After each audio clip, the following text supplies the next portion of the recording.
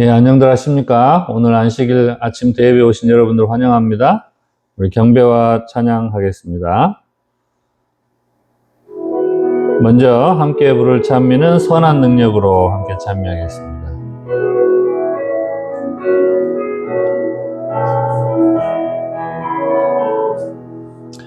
그 선한 힘에 고요히 감싸여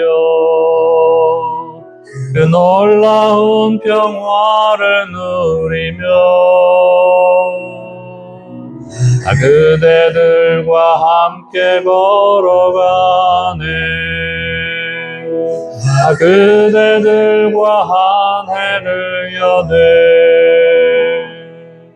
지나간 허물 어둠의 날들이 무겁게 내 영혼 짓눌러도 오 주여 우릴 외면치 마시고 약속의 구원을 이루소서. 그 선한 힘이 우릴 감싸시니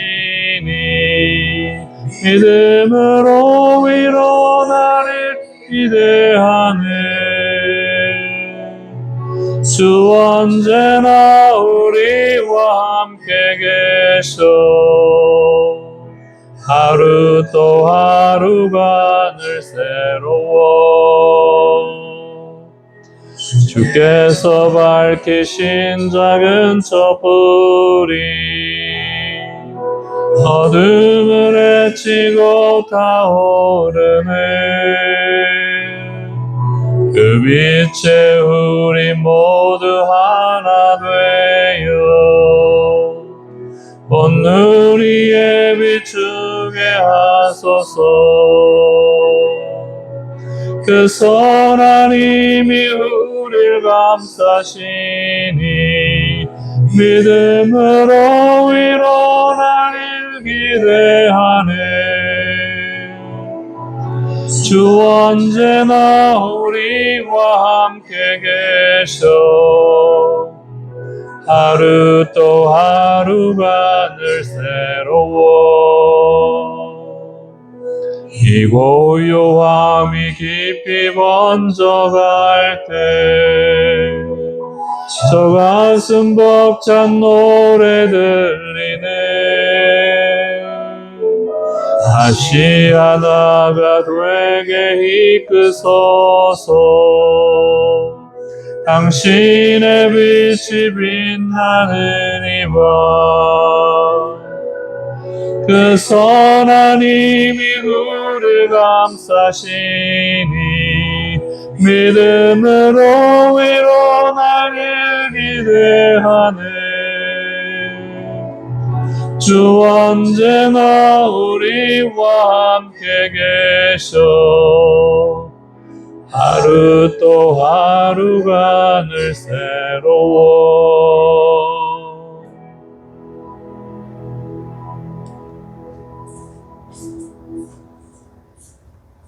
예, 다음에 부를 찬미는 나의 기쁨, 나의 소망 함께 찬미하겠습니다.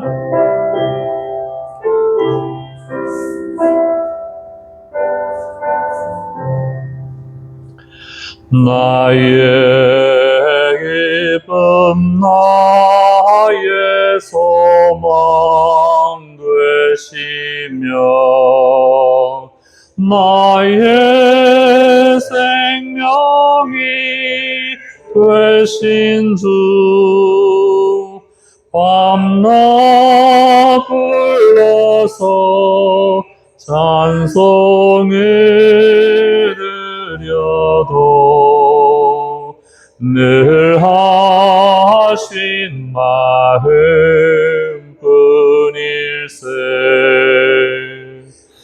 나의 사모하는 선한 목자는 아름다운 꽃 동산을 양의 무리와 함께 오셔서 기쁨을 함께 하시네. 자의 인자하고 화평한 얼굴 모든 천사도 반기며 주의 놀라운 진리의 말씀에 전지가 화답하도다. 나의 진정사모하는 예수는 음성조차도 반갑다.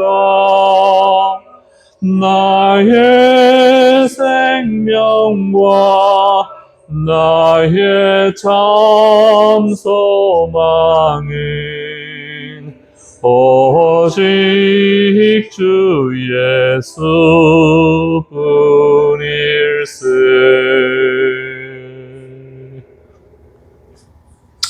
오늘 1월 17일 우리 안식일 대예배에 오신 여러분 예수님의 이름으로 환영합니다. 우리 송영 찬미 다 함께 일어나셔서 25장 다나와 찬송 부르세 함께 찬양하겠습니다.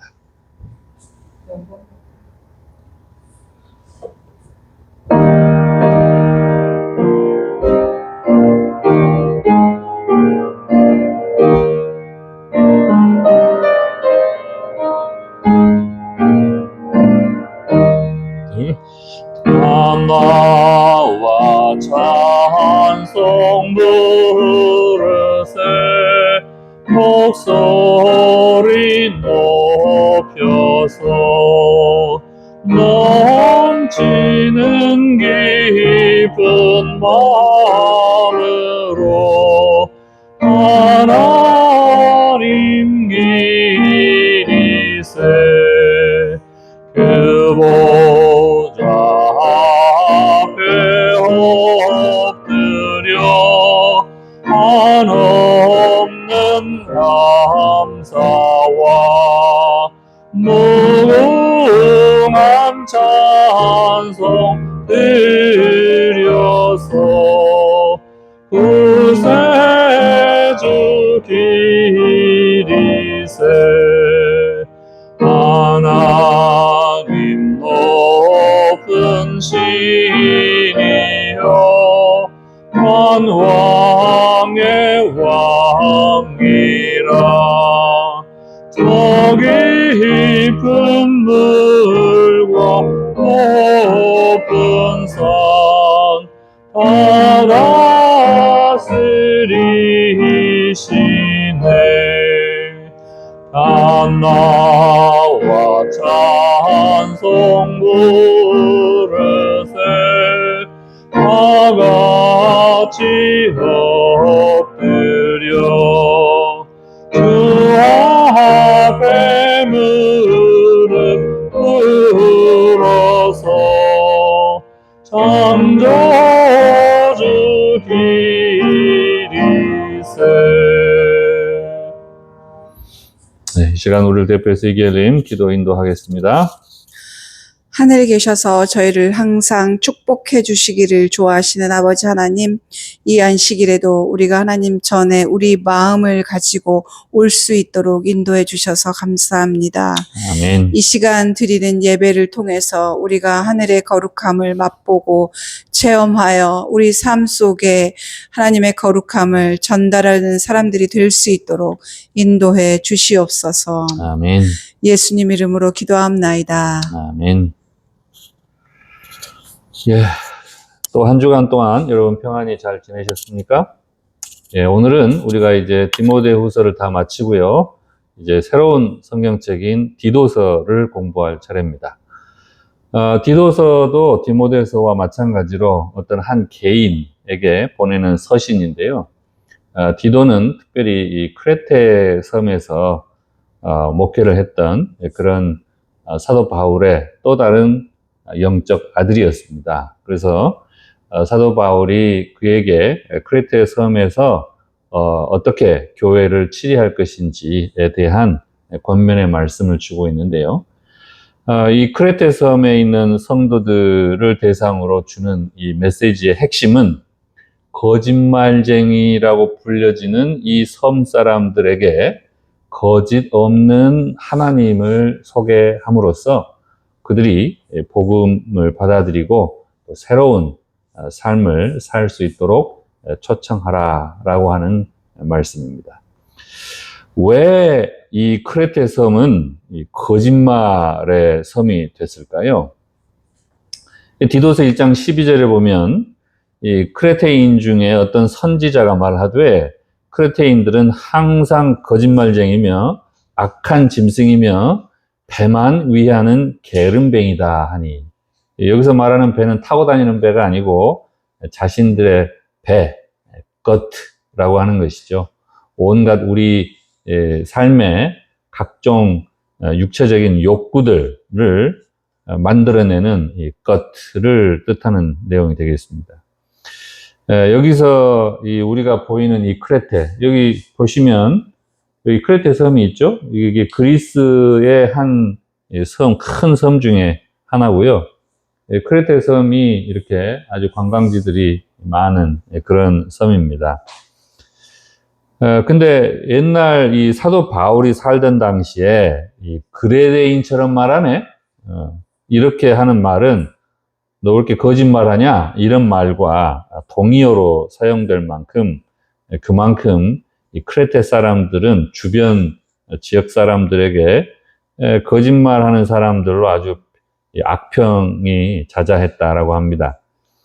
왜 그러냐면 이 사람들은 이 섬이 이렇게 좀 다른 육지에 있는 대륙들에 비해서 규모가 작기 때문에, 그리고 이제 이쪽에 있는 아시아 지역하고 이쪽에 있는 유럽 지역에 이렇게 거쳐서 다니는 해상 교통로죠. 그러다 보니까 굉장히 잦은 전쟁들이 발생하는 지역이다 보니까 섬 사람들이 살아남기 위해서 굉장히 속임수를 잘 쓰고 또 용병 활동을 하면서 약탈을 하거나 다른 지역들을 침략할 때 침략군으로 용병 활동을 했기 때문에 적대적인 반감들을 주변 지역에 많이 발생을 시켰죠. 그래서 그들에게는 좋지 않은 그런 별명이 들었습니다. 요번에 이제 7월 달에 개봉하는 영화인 이 크리스토퍼 놀란 감독의 오디세이에도 바로 이 크레테 섬에 있는 미궁, 영어로 하면은 Palace of Knossos,라고 되어 있는데요. 이 미궁이라고 하는 장소가 등장을 합니다. 이 미궁이라고 하는 장소는 이 크레테 섬의 왕이었던 이 미노스라고 하는 왕이 반인반수의 괴물인 미노타우루스라고 하는 그 괴물을 가다두기 위해서 만든 미로처럼 생긴 이 건축물인데, 여기는 한 번 들어갔다고 하면 절대로 빠져나올 수가 없기로 소문난 장소죠. 그런데 이 영웅 테세우스가 바로 그 미노스 왕의 딸과 결혼하기 위해서 그 딸이 준 이 실타래를 자기 몸에 묶어서 표시들을 쭉 해서 이 미로를 따라 들어갔다가 그 괴물을 죽이고 그 실타래를 잡고 다시 빠져나와서 살아남았다라고 하는 어떤 그런 전설이 있습니다. 아마 그래서 그런 부분들이 아마 이 영화 속에 또 등장을 하는 것 같은데요. 이 섬 사람들은 방금 말했던 것처럼 그 크레테 사람 가운데 그들의 애언자라고 하는 어떤 사람이 말하기를 크레테 사람은 예나 지금이나 거짓말쟁이요, 악한 짐승이요, 먹는 밖에 모르는 게으름뱅이다라고 하는 이런 소문이 돌았습니다. 이 배를 섬기는, 먹는 것밖에 모르는 배를 섬긴다라고 하는 이 말들이 다른 성경절들에도 비슷하게 이렇게 사용이 되는데요. 빌립보서 3장 19절에도 그들의 마침은 멸망이요, 그들의 신은 배요, 여기서 이 배도 마찬가지로 타는 배가 아니고 겉을 뜻하는 사람의 배죠. 그 영광은 그들의 부끄러움에 있고 땅의 일을 생각하는 자다. 이렇게 되어 있습니다. 그 다음에 로마서 16장 18절에도 보면 이 같은 자들은 우리 주 그리스도를 섬기지 아니하고 다만 자기들의 배만 섬기나니 아첨하는 말로 미혹하느니라. 이렇게 되어 있어요. 그리고 디모데에게 보내는 그 서신에도 마찬가지로 자기 양심이 화인을 맞아서 외식함으로 거짓말하는 자들이다. 이렇게 표현이 되어 있습니다. 그래서 배를 섬긴다라고 하는 말은 어쩌면 탐심이 우상이 되어가지고 하나님을 따르지 않고 자기의 자기 배에서 나오는 각종 그 육체적인 욕구들만 쫓아서 사는 어떤 그런 삶을 표현을 하고 있습니다. 근데 뭐 어떻게 보면 이 크레테 사람들뿐만 아니라 이 빌립보에 있는 교인들에게도 똑같이 그렇게 한 거 보면 빌립보에도 그런 사람이 있다는 뜻이고요. 또 로마서에도 그 똑같은 말을 했다고 하는 것은 로마에 있는 사람들도 그런 사람이 있다는 뜻이고, 또 디모데는 에베소에서 목회를 했는데 디모데에게도 그 비슷한 말을 했다고 하는 것은 디모데가 목회했던 에베소 지역에도 그런 사람들이 있었다는 뜻이죠. 다시 말해서 어떤 지역을 막론하고 또 그 당시나 오늘날 사회나 시대를 막론하고 우리들 가운데 늘 이런 갈등이 있다는 것이죠. 우리의 그 육체적인 욕구, 기본적인 욕구들만 따라서 살 것이냐, 아니면 하나님을 섬기는 삶으로 전환할 것이냐. 이게 우리들에게는 늘 영적인 갈등 요소인데요. 이 크레테에 있는 사람들은 복음을 알지 못했을 때 전적으로 그렇게 육체적인 욕구를 충족시키는 데 충실한 삶을 살았던 그런 사람들이었다라고 표현을 합니다. 또 그 사람들과 같은 부류로 언급되는 유대인들에 관한 이야기가 있는데요. 디도서 1장 14절 이렇게 이야기합니다. 유대인의 허탄한 이야기와 진리를 배반하는 사람들의 명령을 따르지 않게 하려 합니다. 네, 디도에게 이 크레테에 있는 교우들을 치리할 때에 그들로 하여금 유대인들의 허탄한 이야기나 진리를 배반하는 사람들의 명령을 따르지 않도록 주의하도록 경계해라. 이렇게 지금 권면을 하고 있죠. 여기서 말하는 그 유대인들의 허탄한 이야기라고 하는 것은 약간 성경적인 것처럼 들리는데 전혀 성경 진리와는 상관없는 그런 지어낸 이야기들인데요. 예를 들어서 아담과 천사의 신화가 있는데 유대인들의 허탄한 이야기 속에 보면 이 아담의 몸이 이 흙으로 온 세상의 흙으로 만들어졌는데 천사들의 어떤 서열 다툼이 있었다. 뭐 이런 이야기들이 있어요. 그래서 창세기 2장 7절에 보면 하나님이 흙으로 사람을 빚으시고 이렇게 되어 있는데 거기서 말하는 흙이 어떤 에덴 동산에 있는 흙이나 뭐 그런 어떤 특정 흙이 아니라 이 전 세계에 있는 각 지역의 흙을 다 모아다가 이렇게 아담을 만들었다. 뭐 그런 추가적인 보충 이야기를 이렇게 덧붙이는 거죠. 또 성경에 등장하는 천사들, 뭐 예를 들어서 가브리엘 천사가 있고 또 뭐 미가엘 천사가 있는데 미가엘 천사가 천사들 서열 1위고 그다음에 가브리엘 천사는 서열 2위인데 왜 그러냐면은 미가엘 천사는 한 번 날아가면 그냥 한 번에 촥 날아가는 능력이 있는데 비해서 가브리엘은 한 번에 미가엘처럼 팍 못 날아가고 한 번 쉬었다가 두 번 이렇게 날아가야 되기 때문에 능력이 딸려서 이게 서열이 2위다. 뭐 이런 식으로 성경에는 없는 이야기를 성경에 나와 있는 이야기에 덧붙여서 좀 더 뭐 재미를 가미해서 이렇게 만들어낸 이런 것들을 뭐라고 그러냐면 유대인들의 허탄한 이야기다 이렇게 얘기합니다. 또 성경에는 여러 족보들이 나와 있는데요. 그 족보들을 가지고 그 족보에 등장하는 인물들에 대해서 성경은 별다른 이야기가 없습니다. 그냥 이제 족보만 쭉 이름만 나열하는 경우가 대부분이죠. 근데 유대인들은 자신들이 그 족보에 나오는 자기 조상들의 이름에 관련돼서 여러 또 다른 이야기들을 만들어내는 거예요. 그래서 우리 족보에 등장하는 그 조상이 얼마나 위대한지 그거를 다른 사람들에게 자랑하고 자신이 또 그런 조상들, 유명한 또는 훌륭한 조상의 후손이다라고 하는 것들에 대해서 이 프라이드를 가지고 또 우월감을 느낄 수 있도록 하는 뭐 어떤 그런 형태의 끝없는 족보의 이야기, 또 이런 성경을 가지고 만든 그런 허탄한 이야기들. 요즘에 사람들이 이렇게 드라마나 영화에 빠졌다고 하면 당시 사람들은 바로 이런 성경을 가지고 만든 허탄한 이야기나 끝없는 이런 족보 이야기에 쉽게 빠졌다는 거예요. 왜? 재밌으니까. 재밌으니까. 이 성경은 그냥 족보가 이름만 쭉 나오는데 그게 뭐가 재밌어요.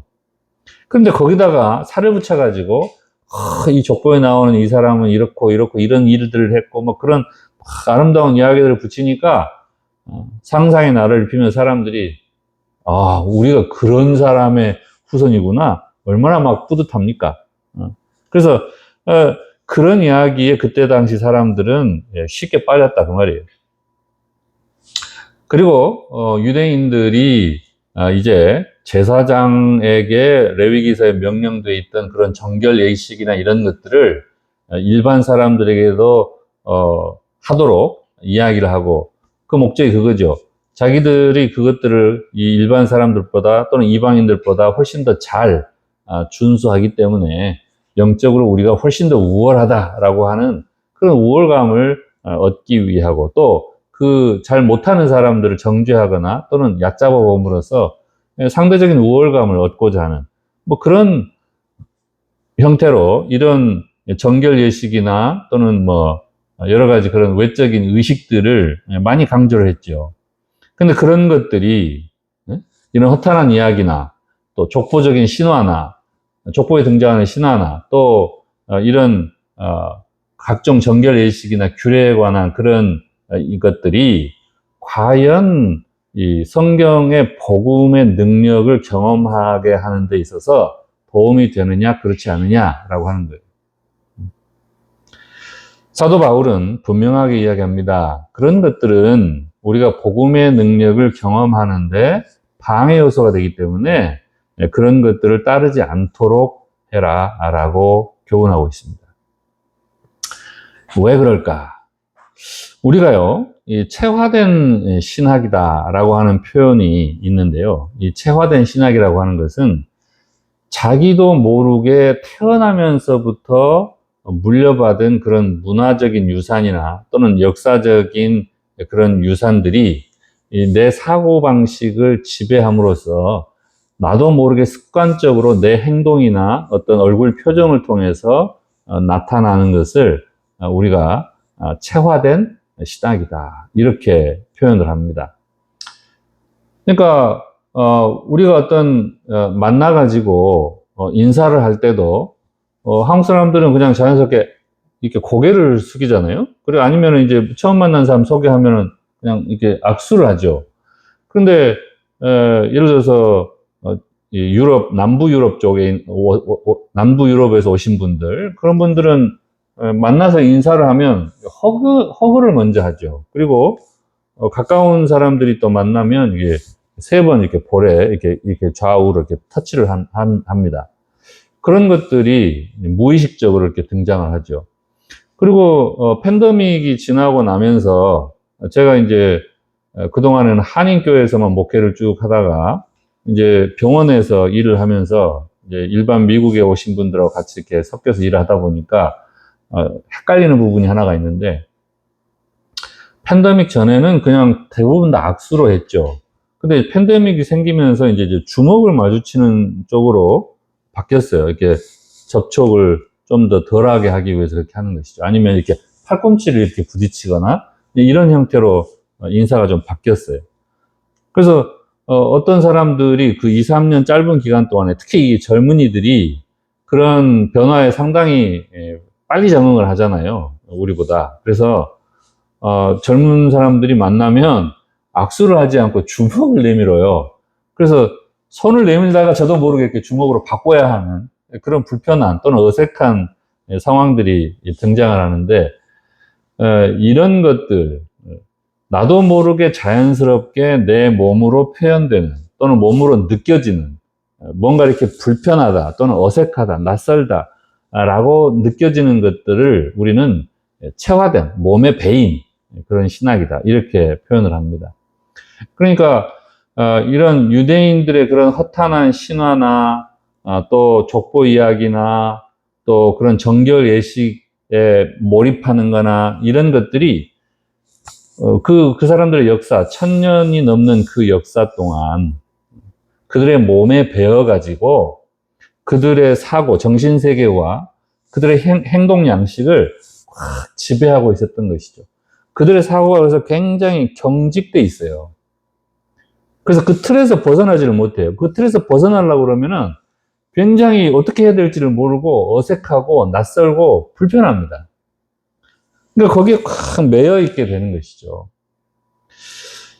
사도 바울은 이 복음의 능력이라고 하는 것이 바로 그렇게 우리에게 체화된 과거의 그런 문화나 전통에 의해서 체화된 그런 사고방식, 경직된 사고방식과 행동 양식에서 벗어나서 좀 더 열린 또 자유로운 그런 복음의 세계로 넘어갈 수 있도록 도와주는 것이 바로 이 복음의 능력이다라고 이야기를 하고 있습니다.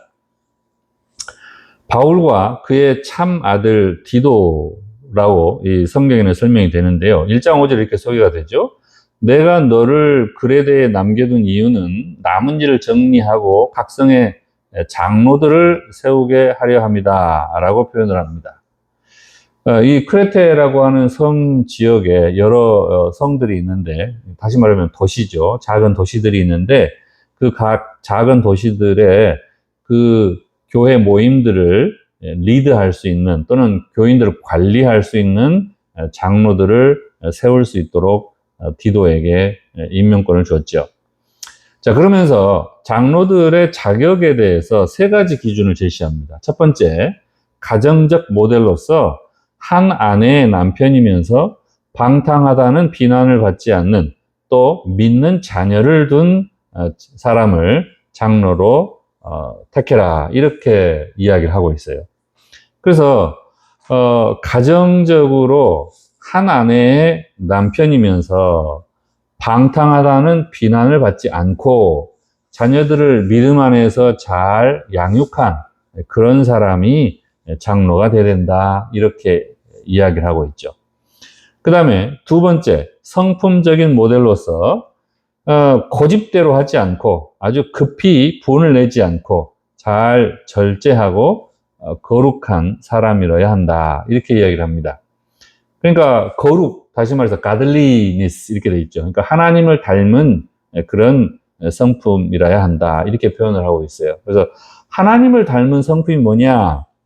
하나님에 대한 성경, 구약 성경의 그 설명을 보면 오래 참으시고 노하기를 더디하시고 라고 돼 있잖아요. 그러니까 그 반대적으로 고집대로 하고 아주 성질을 급히 내고 이렇게 돼버리면 그 뒤에 나오는 절제하고 거룩하고 이거하고는 정반대가 되는 거죠. 그래서 하나님의 성품을 닮아가면서 자기 정직된 사고에 갇혀가지고 자기 생각대로밖에는 살지 못하는 그런 삶이 아니라 좀 더 오픈된 마인드로 사람들을 수용하고 포용할 수 있는 그런 포용력이 있는 성품이라 해야 된다라고 하는 것이에요. 근데 어쩔 때 보면 교회 장로나 목사나 이런 분들의 그 사고방식이 일반 사회인들이 볼 때 그냥 말 그대로 골수처럼 이렇게 보이는, 너무 경직되고 답답하게 보이는 그런 경우들이 있죠. 사실 그런 부분들이 굉장히 우리가 경계하고 주의해야 할 부분인데요. 우리가 여기 세 번째, 교리적 모델에 있어서 믿은 말씀의 가르침을 지키고 바른 교훈으로 권면하고 또 책망할 수 있는 능력이 있어야 된다라고 했는데, 이 부분과 이 부분이 약간 충돌되는 부분이 있어요. 우리가 믿을 만한 말씀의 가르침을 잘 지키고 산다. 그런 모본을 또 보인다라는 측면에 있어서 굉장히 골수처럼 보일 수 있습니다. 그러나 반면에 우리가 타인들에 대해서 포용하고 수용적인 태도를 보여야 한다라고 하는 측면이 있는데요. 요즘에 극우화된 이 교회의 모습들을 보면 타인에 대한 자기와 의견이 다른, 또는 자기와 종교적 색깔이 다른, 또는 자기와 뭔가 이렇게 좀 문화적인 배경이 다른, 또는 인종적인 배경이 다른 그런 사람들에 대해서 전혀 수용을 하지 못하고 막 중국 사람들을 배척하고, 또 유색 인종들을 배척하고, 그들을 범죄시하고, 또 쓸어버려야 될 그런 대상으로 취급하고, 그것이 마치 자신들이 하나님을 아주 신실하게 믿는 그런 어떤 상징적인 모습인 것처럼 착각하는, 정말 그건 잘못된 태도입니다. 여기 장로들에 대해서 이야기를 할 때 자기 자신이 하나님의 말씀을 바르게 지키려고 노력하는 것은 개인적인 성향이지만, 그러나 타인에 대한 태도는 자기 고집, 다시 말해서 경직된 사고방식이 아니라 열린 사고방식을 가지고 대해야 하고, 급히 분내는 것이 아니라 인내심을 가지고 대하는 것이 참 그리스도인의 성품이다라고 제시하고 있어요. 이 부분을 오늘날 참 그리스도인이라면 명심해야 되겠습니다.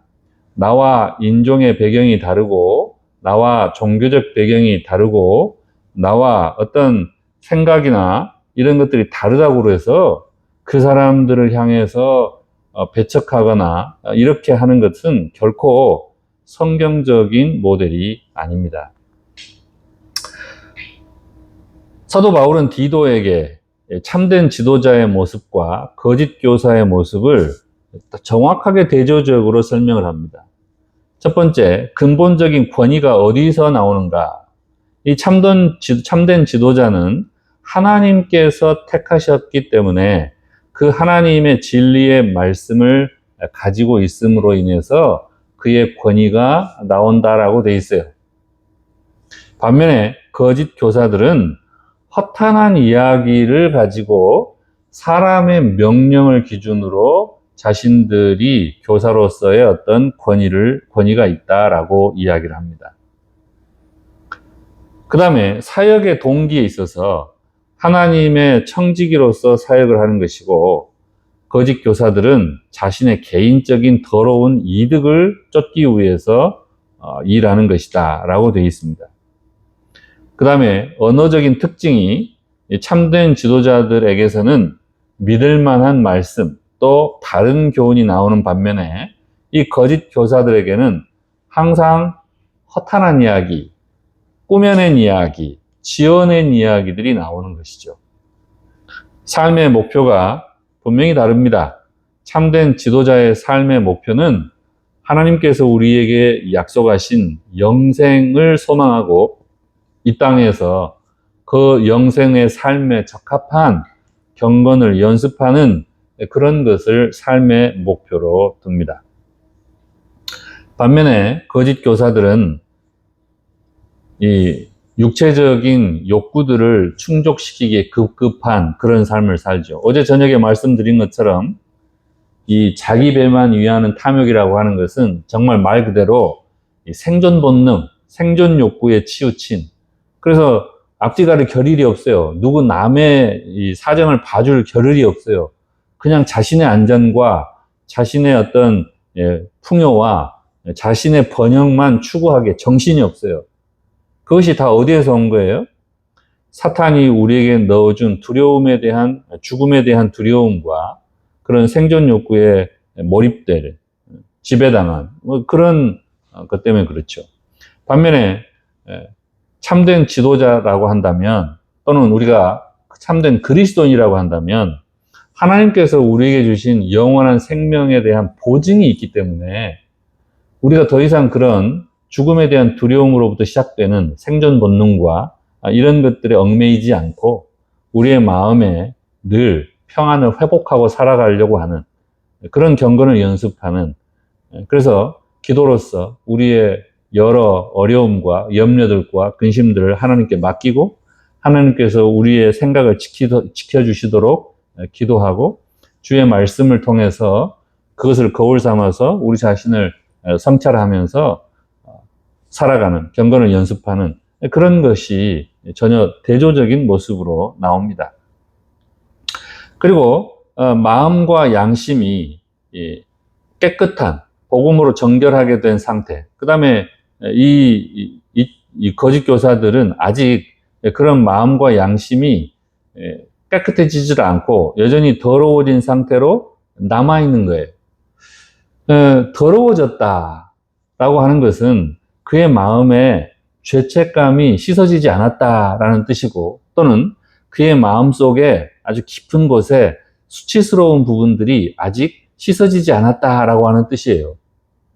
우리의 마음이 너무 경직된 사고방식 가운데에서 생존 본능에 매여가지고 살다 보면 자기를 돌아볼 여유가 없어요. 그래서 자기 속에 어떤 결핍이나 또는 죄책감이나 또는 그런 수치심이 남아있는데도 불구하고 그런 것들을 치유하고 그런 것들을 깨끗하게 할 수 있는 그런 경험들을 할 만한 여유를 갖지를 못합니다. 반면에 복음으로 정결하게 된다라고 하는 것은 예수님께서 우리에게 전해주시는 복음은 세 가지로 요약할 수가 있겠죠. 첫 번째, 회개하라, 천국이 가까웠느니라. 그분이 우리에게 주시는 첫 번째 복음은 회개하라고 하는 것입니다. 이 회개라고 하는 것이 아까 여러 번 말씀을 드리지만 회개라고 하는 것은 굉장히 종교적 용어예요. repent라고 하는 것은. 그러나 우리가 그것을 일상적인 용어로 바꾼다고 하면 자기를 성찰하는 겁니다. 자기를 돌아보는 거예요. 그래서 self-awareness, 자기의 상태를 자신이 좀 더 정확하게 인식하고 알려고 하는 노력이죠. 그러면 뭘 근거로, 뭘 기준으로 자기 상태를 파악할 수 있느냐고 하는 것이죠. 그것은 성경 말씀이라고 하는 바로미터를 가지고 자기 자신을 파악을 해보는 거예요. 그래서 그 복음을 통해서 우리가 회개하는 일들, 자기 자신을 돌아보는 일들, 내가 어떤 사람인지를 좀 더 깊이 말씀을 통해서 깨달아가는 그 과정, 그것이 나를 정결하게 해주는 과정입니다. 그 다음에 두 번째는 예수 그리스도의 십자가가 우리에게는 복음의 핵심이죠. 예수님의 십자가는 어젯밤에도 말씀드렸던 것처럼 우리의 그 수치, 우리의 그 죄책을 예수님께서 십자가에서 다 짊어지셨잖아요. 여러분, 우리가 우리의 죄를 나누고 우리의 수치를 나누면 그 수치가 훨씬 더 가벼워지고 그 수치심이 사라집니다. 수치라고 하는 것은 말씀드렸듯이 내가 감추고 있는 비밀스러운 거예요. 그걸 드러내면 내가 부끄러워지니까. 그런데 그걸 내가 탁 드러내는 순간 그 수치심은 사라집니다. 예수님께서 왜 그 수치스러운 벌거벗은 몸으로 또 죄인이라고 하는 누명을 쓰고 오명을 쓰고 그 채찍에 맞고 피 흘리는 그 더러운, 그리고 길바닥에서 십자가를 지고 가시다가 여러 번 쓰러지셔서 흙먼지가 딱 묻어있는 그 더러운 모습으로 십자가에 매달려 계시냐고요? 그분이 우리의 수치를 공개적으로 오픈하신 거예요. 자신의 모든 수치를 공개적으로 다 오픈하신 거예요. 우리가 다른 사람에게 그렇게 할 수 없다 할지라도 크레덴셜리티가 보장이 돼야 그걸 할 수 있잖아요. 내가 이런 수치와 죄책을 다 드러내도 나에게 안전하다라고 하는, 그것이 보장되지 않으면 내가 그 수치나 죄책을 드러낼 수가 없어요. 그래서 주로 사람들은 테라피스트, 정신상담을 하시는 정신과 의사들이나 또는 심리 상담을 하는 심리 상담사들이나 이런 사람들은 법적으로 환자가 한 이야기에 대해서 반드시 크리덴셜리티, 뭐라 그러죠, 그를? 비밀 보장을 해야 되는 의무가 있기 때문에 우리가 안전하다고 믿고 거기에다가 이야기를 하죠. 그래서 우리 속에 있는 것들을 이렇게 끌어내는데 우리가 그런 사람이 없다 할지라도 그 역할을 누가 하시겠다고요? 예수님께서 하시겠다라고 말씀하셨잖아요. 그래서 우리가 기도를 통해서 그런 것들을 다 끌어내고 예수님이 십자가를 통해서 우리의 수치와 우리의 죄책을 다 짊어지시고 다 씻어주셨다라고 하는 보증을 해주셨기 때문에 그것이 우리에게는 엄청난 복음입니다. 그래서 내 자신이 그런 수치감 또는 죄책감으로부터 해방되고 좀 더 자유로워지는 그런 상태, 그런 평안한 상태를 유지할 수 있게 되는 것이죠. 그것이 복음의 두 번째입니다. 그 다음에 마지막 세 번째 복음이 뭐냐면 영생에 대한, 부활과 영생에 대한 소망이에요. 뭐 그렇게 살다가 이 땅에서 죽어버리면 끝이냐? 그게 아니라는 것이죠. 우리가 이 땅에서 육신이 죽는다 할지라도 그러나 우리에게 부활이 보장돼 있고 영생이 보장돼 있다라고 하는 것이 우리에게 가장 큰 복음의 핵심 기별입니다. 따라서 죽음도 우리로 하여금 바로 이 죄책이나 수치심을 드러내지 못하도록 억압할 수가 없다는 것이죠. 우리가 죽음이라 할지라도 그것들이 결국은 예수님의 부활의 능력으로 극복될 수 있다라고 하는 것이 이 복음의 핵심입니다. 근데 아직 그런 부분들을 경험하지 못하고 여전히 마음과 양심에 그런 온갖 죄책감과 수치심 때문에 더러워져 있는 그 상태로 그대로 있다는 거예요. 그러니까 세상을 보는 눈이 이렇게 마음이 평안해지고 그 다음에 수치심이나 죄책감으로부터 해방된 사람들이 바라보는 세상은 다 깨끗해 보여요. 하나님이 지으신 아름다운 세상으로 보이죠. 심지어는 고통도, 고난도 그렇게 보인다니까요. 고통과 고난이 나로 하여금 나 자신의 육체적인 그런 잘못된 욕구나 탐심을 치고 나 자신의 영적인 교만을 치는 어떤 그런 정결케 하는 수단으로서 받아들여지게 됩니다. 반면에 아직 그런 경험을 하지 못한 경우 세상을 보는 눈이 아이고 목사도 더럽고 장로도 더럽고 집사도 더럽고 세상 사람들이 온통 결함과 부정하고 타락한 그런 모습으로만 보이죠. 왜? 그런 모습을 봐야 자신의 죄책감과 수치심이 조금 경감된다고 느껴지기 때문에 그래요. 하나님의 고백은 삶으로 시인하면서 열매를 맺습니다. 그러나 아직 그런 경험을 하지 못하는 사람들은 입으로는 믿는다고 하지만 그러나 그들의 삶의 행위가 아까 말씀드린 것처럼 embodied theology, 자신들의 몸에 이미 배어버린 과거의 그 습관들이 그대로 여전히 계속 나올 수밖에 없기 때문에 저 사람이 변화가 된 건지 안 된 건지 구별하기 어렵다는 것이죠. 영적으로 깨끗해진 마음을 가진 사람들은 가정을 세우고 자기 반대편에 있는 사람들을 삶을 통해서 충실히 권면하는 삶을 살아갑니다. 그러나 이 사람들은 가정이 파괴되고 무너지고 서로 버리고 버림받는 그런 불행한 환경을 초래할 수밖에 없다는 것이죠.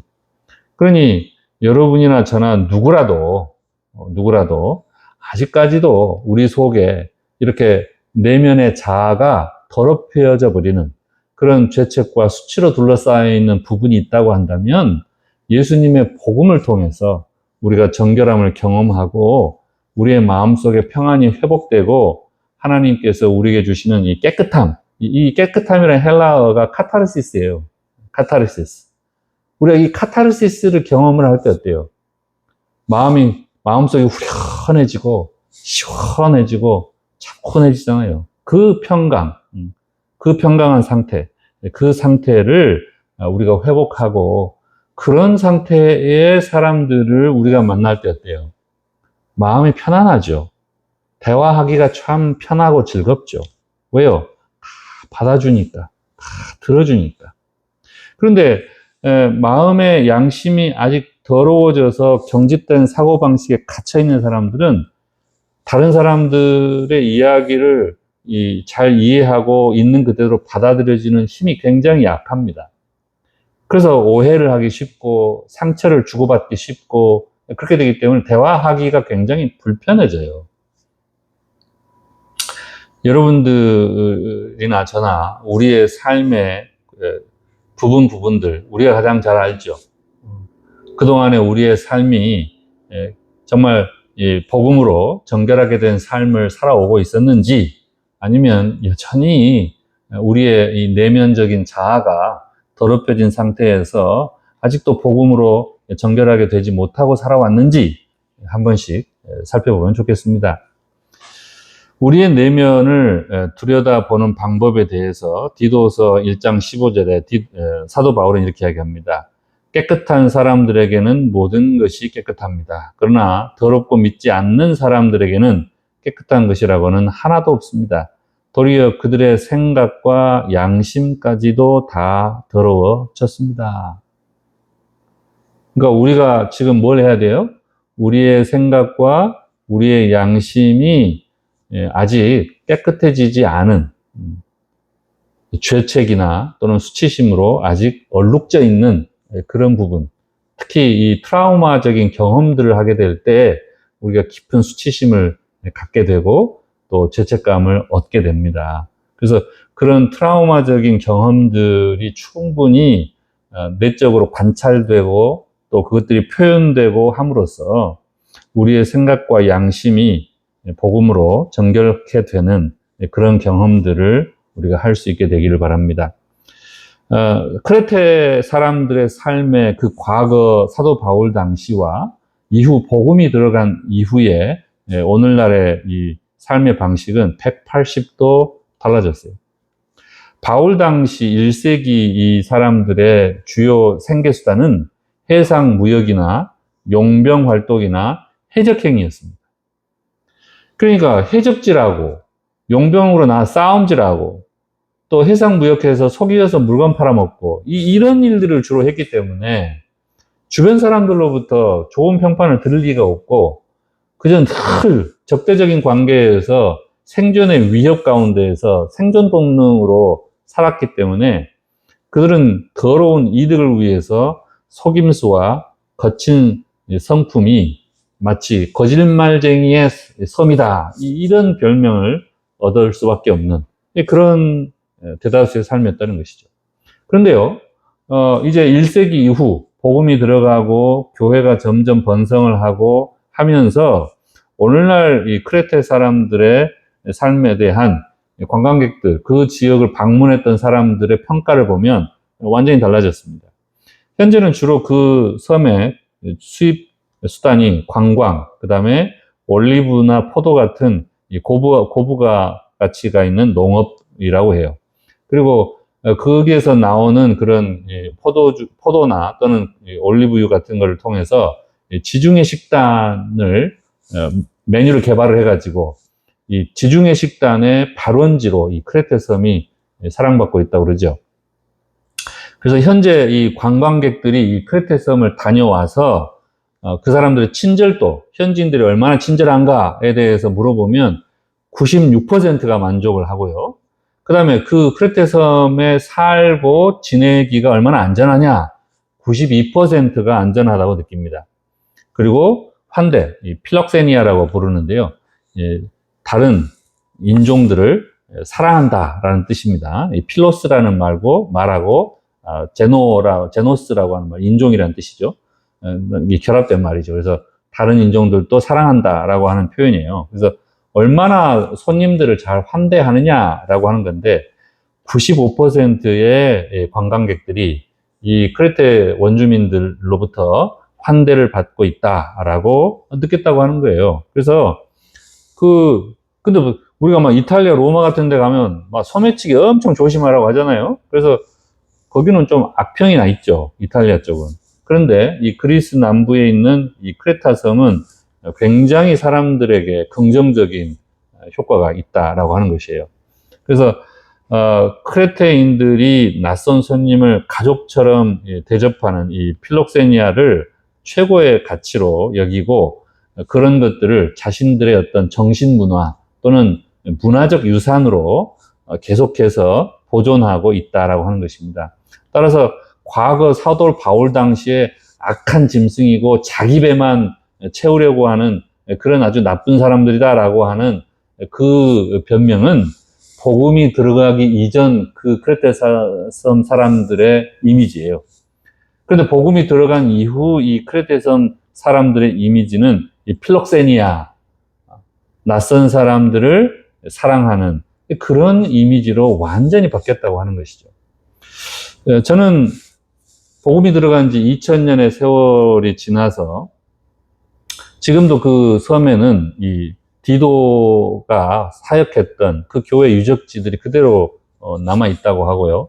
그 유적지를 보존하고 거기에 또 현대식 건물을 지어서 여전히 이렇게 예배를 하고 있다고 하는데 그 그리스도인의 정신이 그 섬에 있는 사람들에게 이 그리스도인들을 통하여서 잘 전달되므로 그들의 그 정신과 문화가 하나님의 사랑과 그리스도의 사랑을 본받는 문화로 이렇게 변화되었음을 역사적으로 극명하게 증명된 그 지역 중에 하나가 아닌가 그런 생각이 듭니다.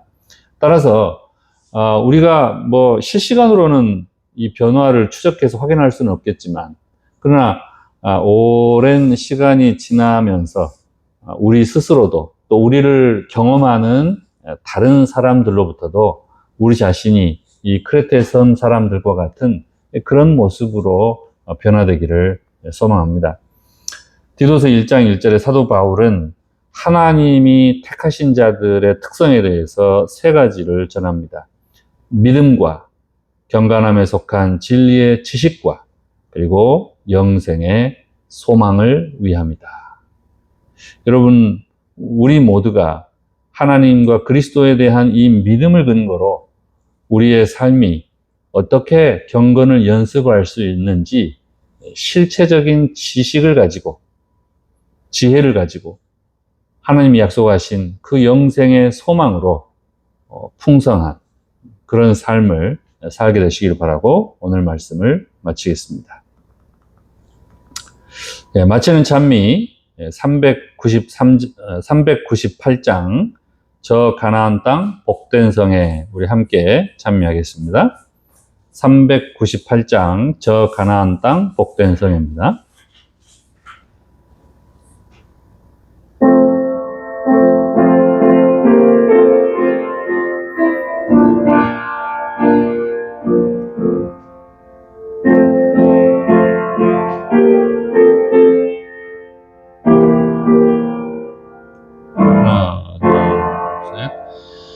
저 가나안 땅 복된 성에 들어가려고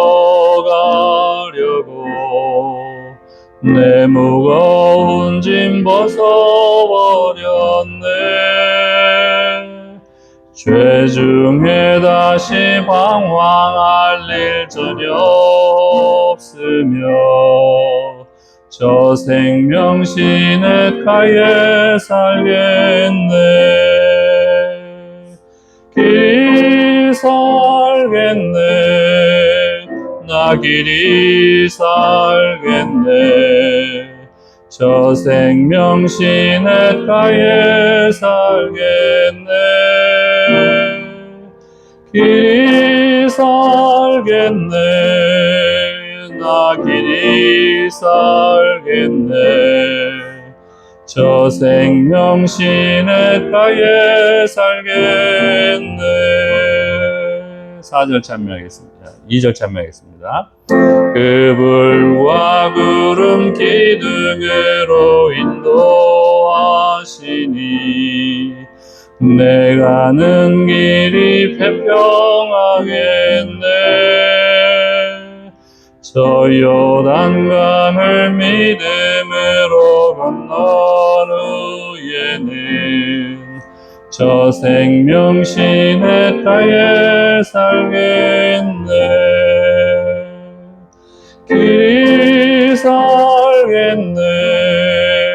나 길이 살겠네. 저 생명 시냇가에 살겠네.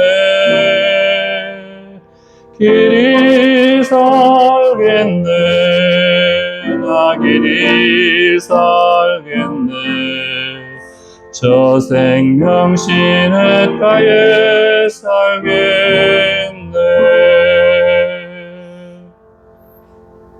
예, 축도하겠습니다. 저희를 사랑하신 아버지 하나님, 오늘 또 디도서 1장에 있는 말씀을 통해서 거짓말쟁이 같은 삶을 사는 우리들에게 거짓 없는 하나님으로 오셔서 우리도 주와 같이 거짓 없이 정직하고 솔직하게 주님 앞에 우리의 모든 수치와 죄책을 다 내려놓고 주의 십자가로 모든 것들이 치유받고 우리도 또한 주와 같이 평안하고 또 주와 같이 은혜와 사랑이 넘치는 또 은혜와 진리가 넘치는 그런 예수님 닮은 그리스도의 삶을 살아갈 수 있도록 초청하시고 또 인도해 주시니 감사합니다. 이제 손을 들어 주의 백성들을 축복하오니 그런 우리 아버지 하나님의 다음 없으신 사랑과 우리 예수 그리스도의 구원해 주시는 은혜와 성령 하나님의 인도하심이 함께 해 주시옵기를 예수님의 이름으로 축원합니다. 아멘.